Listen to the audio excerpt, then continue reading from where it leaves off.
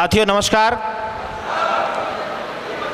मैं अपनी कोई भी बात शुरुआत करने से पहले शुक्रिया अदा करना चाहूँगा ऊपर वाले परमपिता परमेश्वर का, जिसने मैंने जब इस बिज़नेस प्लान को देखा तो उसने मुझे ये सद्बुद्धि दी कि मैं इस बिज़नेस को ज्वाइन करूं और इसमें काम शुरू करूं। बहुत बहुत शुक्रिया उस ऊपर वाले परमपिता परमेश्वर का। दूसरा मैं चाहूँगा बहुत ज़्यादा शुक्रिया अदा करना अपने परिवार वालों का, जिन्होंने मुझे इस बिज़नेस के लिए सपोर्ट करना शुरू किया। थोड़ा लेट किया लेकिन सपोर्ट किया, और कहीं ना कहीं उनके सपोर्ट की बदौलत ही आज मैं इस बिज़नेस में और इस स्टेज के माध्यम से आप लोगों के सामने बोल पा रहा हूँ। तीसरा और सबसे ज़्यादा सपोर्ट करना चाहूँगा मैं इस प्यारे से सिस्टम का, क्योंकि इस सिस्टम में अगर मैं नहीं होता, इस सिस्टम की बातों को अगर मैंने नहीं माना होता तो शायद आज इस बिज़नेस में मैं नहीं होता। और चौथा और सबसे ज़्यादा जो शुक्रिया अदा करना चाहूँगा मैं हमारे फ्रंट लाइन के लीडर्स का, मिस्टर राहुल सारस्वत जी, विजयपाल जी, माधव जी, ओपी नौवार जी, जसवीर जी, इन सारे लोगों का, जो भी हमारे सीनियर अप्लायंस में आते हैं, इन सभी लोगों का, क्योंकि अगर मैंने इनकी उंगली पकड़ के इस बिज़नेस में चलना शुरू नहीं किया होता तो शायद आज इस बिज़नेस में मैं कुछ भी नहीं कर पाता। मैं अपने बारे में थोड़ा सा बताना चाहूँगा। मेरा नाम ओम प्रकाश है और मेरा गाँव सौंक के पास ही पड़ता है। पिताजी आर्मी में थे, फौज से रिटायर होने के बाद 1988 में यहाँ मथुरा में मकान बनाया, और मथुरा में मकान बनाने के बाद क्योंकि आर्मी में थे तो आर्मी स्कूल से मैंने अपनी पढ़ाई लिखाई की। 12th मैंने आर्मी स्कूल से की। ग्रेजुएशन और पोस्ट ग्रेजुएशन करने के दौरान, पीजी करने के दौरान, ये बात है 16 मार्च 2006 की। 16 मार्च 2006 में मेरे एक फ्रेंड ने मुझे बोला, जो आगरा में सेंट जॉन्स में था, कि आगरा में इंटरव्यूज़ चल रहे हैं, नौकरी की जगह निकली हैं, और पीजी करते समय हर आदमी को नौकरी की ज़रूरत होती है। बात सही है या नहीं है भाई? पोस्ट ग्रेजुएशन के समय तक हर आदमी चाहता है कि उसे नौकरी मिले। वैसे मैं भी नौकरी की शुरुआत करने के चक्कर में था। आर्मी की मैं क्लरिकल की तैयारी कर रहा था, दौड़ भाग कर रहा था कि आर्मी की क्लरिकल की तैयारी करेंगे और अगर प्राइवेट में जाएंगे तो MBA करके कहीं कुछ बढ़िया करेंगे। लेकिन उन्होंने मुझे बोला आगरा में इंटरव्यू दो। मैंने आगरा में इंटरव्यू दिया, और आगरा में इंटरव्यू देने के बाद में मुझे मेरी पहली नौकरी मिली 16 मार्च 2006 को, जिसमें कि मेरी ग्रॉस इनकम थी 6,500 रुपये। 5,619 रुपये मुझे इन हैंड मिला करता था। आज से लगभग 9.5 साल पुरानी बात है, और 9.5 साल पुरानी बात है, और 6,500 का वो फिगर इनकम का अच्छा खासा था उस समय के हिसाब से। बात सही है या नहीं है? मैंने तुरंत से नौकरी ज्वाइन की और नौकरी में काम करना शुरू किया। लेकिन बात हकीकत ये है कि 5 साल उस प्राइवेट नौकरी को करने के बाद मुझे नौकरी की कहानी समझ में आई। क्योंकि वहाँ जैसा सारे लोगों ने एक ही चीज़ बोली, आपने सुना होगा कि मैं बिज़ी था, मैं लेट नाइट तक फ्री होता था, और यही चीज़ मेरे साथ भी थी। सुबह 9 बजे ऑफिस जाने के बाद में रात को 10, 11, 12 बजे मुझे ऑफिस से छुट्टी मिला करती थी। जिस समय ये बिज़नेस प्लान मुझे देखने का मौका मिला, यकीन नहीं हुआ कि लाखों रुपए महीने आ सकते हैं। आप बताएं, क्या पहली बार ये चीज़ सुनने पर यकीन होता है क्या? यस और नो? नहीं होता। क्योंकि 5,619 रुपये से उस नौकरी की शुरुआत करने वाला आदमी 11,800 रुपये पे जब पहुंचा था तो मैं जानता था कि मैंने कितने उसके लिए पापड़ बेले थे। मैंने नौकरी मार्च के महीने में 15-16 दिन तो मैंने ऐसी नौकरी की थी, सुबह 7 बजे से रात के 2-2 बजे तक। और अगर मैं बोलता कि नहीं करनी साहब तो जब साइड हो जा, तेरे जैसे 50 खड़े नौकरी करने के लिए। बात सही है या नहीं है? बात सही है या नहीं है? बिल्कुल। मुझे समझ में नहीं आया था ये बिजनेस लाख रुपए वाली बात, कि लाख रुपए आएगा यहाँ से। लेकिन एक चीज़ समझ में आ रही थी, मैंने किताब पढ़ी थी, मैंने लोगों को सुना था कि बिजी रहते हुए उन्होंने इस बिजनेस में खानदान का इतिहास लिखा। नौकरी करते हुए लोगों ने इस बिजनेस से करोड़ों रुपए कमाए, और अगर वो कमा सकते हैं तो मैं क्यों नहीं? केवल एक चीज़ समझ में आती थी कि वो कमा सकते हैं तो मैं क्यों नहीं। राहुल जी ने इस बिजनेस को मुझे बताया। आसानी से ज्वाइन नहीं किया था मैंने भी, एकदम से ज्वाइन नहीं किया था मैंने भी। राहुल जी मुझे बोलते थे कि सर चाय पिलाओ, घर पे आपके बातचीत करनी है। मैंने कहा भाई ऑफिस की चाय पीनी है तो पी लो, घर की चाय नसीब नहीं है। Thank you. क्योंकि सुबह 9 बजे से रात को 10 तो मुझे ऑफिस में ही बच जाया करते थे। मुझे नहीं पता था ये मुझे क्या बताना चाहते थे, क्यों घर पे चाय पीना चाहते थे, मुझे नहीं पता था। लेकिन सर के ही बड़े भाई मिस्टर नितिन सारस्वत जी, जो मेरे साथ ऑफिस में कलीग थे, एक दिन उन्होंने मुझे बोला, सर 1 मिनट कैश में आओ। मैं कैश में गया, मैंने कहा बोलो। मुझे लगा शायद कैश टैली में कोई दिक्कत होगी, या हो सकता है कोई फेक नोट आ गया होगा, नकली नोट, क्योंकि यही चीज़ें रहती थी। मैं जाकर के बोला, मैंने बताओ नितिन जी क्या है? बोले सर आपको कुछ दिखाना है। मैंने कहा दिखाएं। सर ने मुझे एक इनकम स्टेटमेंट दिखाया किसी व्यक्ति का, और वो लगभग 28,000 से 30,000 रुपये का इनकम स्टेटमेंट था। कितने का? कितना? 28 से 30,000 रुपये। सर ने बोला ये मैं ये दिखाना चाहता था आपको। मैंने क्या है ये? मैंने कहा हाँ 28-30,000 रुपये का कुछ है, लेकिन है क्या ये? बोले ये राहुल की इनकम है।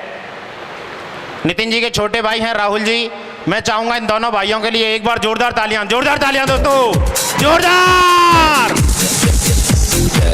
Thank you.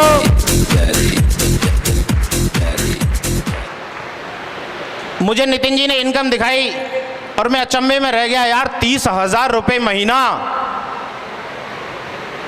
क्योंकि मैं 5 साल लगातार काम करने के बाद लगभग 12,000 की तनख्वाह पे पहुंचा था, और Rahul ji already government job में थे, और गवर्नमेंट जॉब के साथ में पार्ट टाइम में करते हुए 30,000 रुपये महीने के कमा रहे थे। एक व्यक्ति की सरकारी इनकम से 25-30 हजार की इनकम, और यहां से भी 25-30 हजार की इनकम एक व्यक्ति सरकारी नौकरी को करते हुए कर सकता है, और मैं प्राइवेट की नौकरी को करते हुए करने से डर रहा था करने की। जैसे ही उस दिन ऑफिस में आए सर, क्योंकि अभी तो सीनियर हैं, सारी चीज़ें हैं, लेकिन पहले मैं छोटे भाई की तरह बात किया करता था। मैंने कहा कि भाई यार मेरे को ये क्या चीज़ है, मेरे को अभी आज जानना है क्या है। बोले सर मैं तो आपको पिछले 3 महीने से बोल रहा था चाय पिलाओ। मैंने कहा मुझे थोड़ी पता थी ऐसी चाय की बात कर रहे थे। मैंने आ जाओ भीतर चलते हैं। हम लोग ट्रेनिंग रूम में गए। ट्रेनिंग रूम में बैठ के इन्होंने मुझे हल्का सा हिंट दिया। मैंने कहा यहाँ सब छोड़ो, कल बताना, घर पे आ जाओ, चाय पिलाऊंगा। भाई बात सही है या नहीं है? मैंने सर को घर पे बुलाया। सर ने मुझे पूरा बिजनेस प्लान समझाया। बहुत बढ़िया लगा बिजनेस प्लान, बहुत अच्छी लगी इनकम, बहुत बढ़िया लगा, पैसा आ सकता है। लेकिन फिर भी पता नहीं क्यों डर था कि यार नहीं हुआ तो, मैं इसे नहीं कर पाया तो, मैंने ऐसा काम किया ही नहीं है, मैं इसे कर भी पाऊंगा या नहीं। सर ने मुझे केवल एक चीज बोली, सर अगर आप पूरा का पूरा 1 साल संडे के संडे भी काम करते हैं, 1 साल में अगर संडे के संडे आप लोगों को 2-2 लोगों को भी लेके जाते हैं, तो साल भर में अगर आपने 100 लोगों को भी प्लान दिखाया और उनमें से आपके साथ 90 लोगों ने मना किया, तो 10 लोग आए। कितने आए 1 साल में? दूसरे साल में उन 10 के साथ भी इसी तरीके से 10 आए, तो 2 साल में कितने हुए? 100।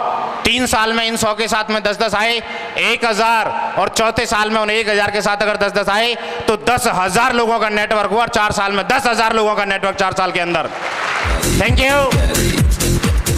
और अगर इनकम की बात करें तो 50 लाख रुपए आया 4 साल में। 50 लाख रुपए 4 साल के अंदर इस बिजनेस की वजह से। Thank you. 50 लाख, 1 लाख रुपए महीने से ऊपर की इनकम।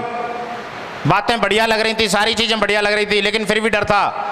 सर ने बोला सर आप सोच के देखो घाटा क्या है।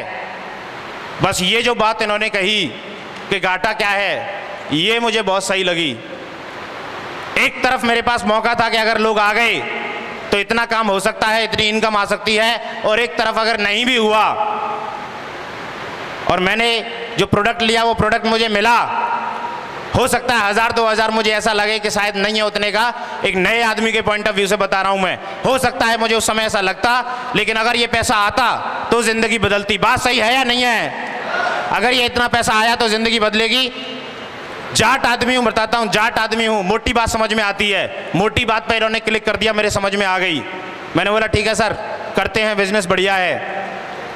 सैलरी आई, नितिन जी ने फोन कर दिया, सर सैलरी आ गई है, पैसे ले लो। नितिन जी ने मुझे फ़ोन करके बताया सर आ गए। मैंने सर को पेमेंट कराया और मैंने इस बिज़नेस की शुरुआत की। और उसके बाद अभी आप लोगों के सामने यहाँ पर देखो कार अचीवर में खड़ा हुआ हूँ मैं। कार अचीवर में दोस्तों, है ना बड़ी बात इस बिज़नेस की पावर।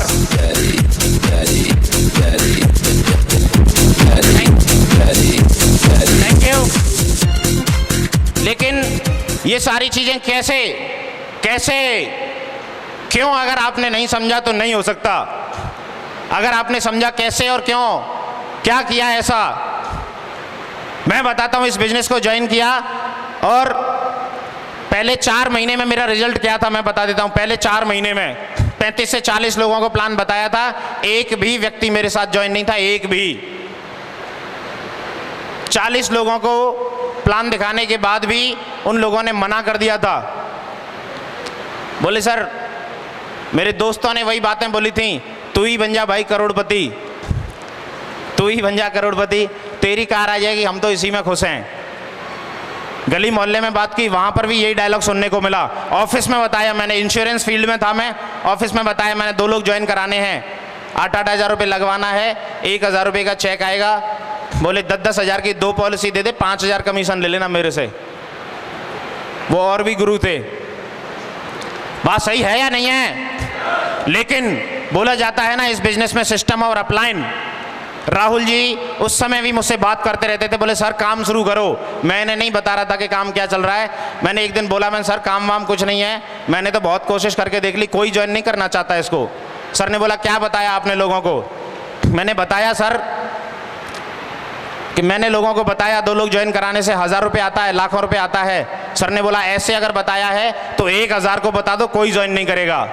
मैं भी बोला, मैं भी यही बोल रहा हूँ सर, कोई नहीं करेगा, मुझे भी लग रहा है। सर ने मुझे बोला एक चीज हमेशा याद रखो, 3 तरीके के लोग होते हैं। कितने तरीके के?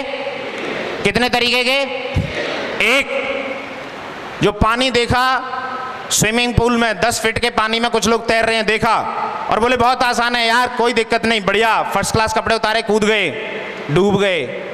क्या हुआ?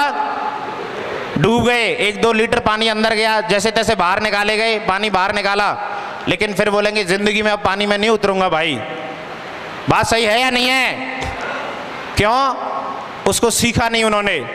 एक दूसरी कैटेगरी होती है, पानी के किनारे ही खड़े रहते हैं, जिंदगी में पानी में नहीं उतरते। उदाहरण देख लिए कुछ, फलाने ने की थी उसके साथ कुछ नहीं हुआ, फलाने ने की थी उसके साथ कुछ नहीं हुआ, ढिकने ने की थी उसके साथ कुछ नहीं हुआ, मैं नहीं करूंगा जी। मत करो जी, साइड में ही रहो फिर। बात सही है या नहीं है? तीसरे तरीके के लोग होते हैं, तीसरी कैटेगरी ये है कि अगर वो कर सकते हैं तो मैं क्यों नहीं, अगर ये लोग कर सकते हैं तो मैं क्यों नहीं, लेकिन इसके लिए सीखना पड़ेगा। बात सही है या नहीं है? कहीं भी कोई नया व्यक्ति जाता है तो डायरेक्ट भेज दिया जाता है कि भाई जा काम कर, उसे सिखाया जाता है या नहीं सिखाया जाता? यस और नो? यस और नो? आर्मी के अंदर भी अगर मैं ज्वाइन करता, क्लरिकल में जाता, 9 महीने की ट्रेनिंग होती। कितने महीने की? कितने महीने की? मैं कुछ भी करता, मैं टीचर बन जाता तो मुझे ट्रेनिंग करनी पड़ती, मैं कुछ भी करता तो मुझे ट्रेनिंग करनी पड़ती। मुझे बोला गया कि पहले आप सीखो समझो। मैंने कहा ठीक है सर, मैं सीखने समझने के लिए तैयार हूँ, बताओ करना क्या पड़ेगा। बोले सर फंक्शन है अगले हफ्ते दिल्ली में और चलेंगे हम लोग। मैंने कहा सर बिल्कुल पक्का, डन, ऐसे ऐसे है, वहाँ पर लोग मिलेंगे, वो बताएंगे अपने बारे में क्या है। मैंने बिल्कुल सर। बोले सर उसका 1,000 का एंट्री पास है। मैंने कहा सर कितने का? बोले 1,000 का। मैंने फिर आप देखा हो, मुझे बता देना क्या क्या हुआ था वहाँ पे। Thank you. मैंने कहा आप देख के आ जाओ और मुझे बता देना क्या क्या हुआ था वहाँ पे। पैसा वैसा कुछ आया नहीं, 1,000 रुपये और लगवाने के चक्कर में हो आप। बात सही है या नहीं है? लेकिन वहाँ मुझे सर ने बोला सर आप इसको खर्चा ना समझें, ये खर्चा नहीं है, ये इन्वेस्टमेंट है, क्योंकि आज तक जो आपके दिमाग में डाला गया है उसकी बदौलत आप कमा रहे हो ये तनख्वाह, लेकिन वहाँ जो आपको डाला जाएगा उसकी बदौलत आप कमाओगे जो वो लोग कमा रहे हैं। मैंने फिर भी बहुत बहाने करने की कोशिश की, लेकिन सर, क्योंकि सर भी बहुत जिद्दी हैं और उन्होंने मुझे ज़बरदस्ती दिल्ली ले गए, प्रोग्राम दिखाया। मैंने पूरे दिन प्रोग्राम अटेंड किया। वहाँ मैंने ज़्यादा कुछ नहीं समझा, मैं सच बता रहा हूँ। इस तरह का प्रोग्राम मैंने पहली बार ज़िंदगी में देखा था। इस तरीके के शानदार लोगों को मैंने पहली बार ज़िंदगी में सुना था। इस तरीके की रिच फीलिंग मुझे पहली बार ज़िंदगी में आई थी। वहाँ मैंने प्रोग्राम को बड़े सीरियसली सुना और एक चीज़ केवल मैंने देखी कि ऐसे कितने लोग हैं जो हो सकता है शायद करोड़ों रुपए कमाने के लायक हैं, और ऐसे कितने लोग हैं जो शायद करोड़ों कमाने के लायक नहीं है। मेरे जैसे लोग हैं शायद नहीं कमा सकते कहीं और से, लेकिन फिर भी कमा रहे हैं। मुझे 2-4 लोग ही अपने से अच्छे लगे, मैं सच बता रहा हूँ। 2-4 लोग मुझे अपने से अच्छे लगे, बाकी सारे मुझे या तो मेरे जैसे लगे या मेरे से भी गए। लेकिन एक चीज सारे लोगों में कॉमन थी, उन सब के साथ शुरुआत के 6 महीने से साल भर यही था। किसी के 9 महीने में 2 बने, किसी के 1 साल में 2 बने, लेकिन सारे के सारे करोड़पति थे, सारे के सारे करोड़पति। Thank you. मैंने एक चीज तो समझ में आ गई कि अगर इनके साथ यही हुआ है तो मुझे भी इसी रास्ते से गुजरना पड़ेगा, मैं भी करोड़पति बन सकता हूं। 2 स्टोरियां मुझे बहुत अच्छी समझ में आई थी। ओम प्रकाश जी ने वहां पर 2 स्टोरी इतनी अच्छी शेयर की थी। एक थी कि मूर्ति वाला मंदिर और पत्थर वाला मंदिर। एक बार मूर्ति वाले भगवान वाले मंदिर ने पत्थर वाले मंदिर आपस में रात में बातचीत कर रहे थे।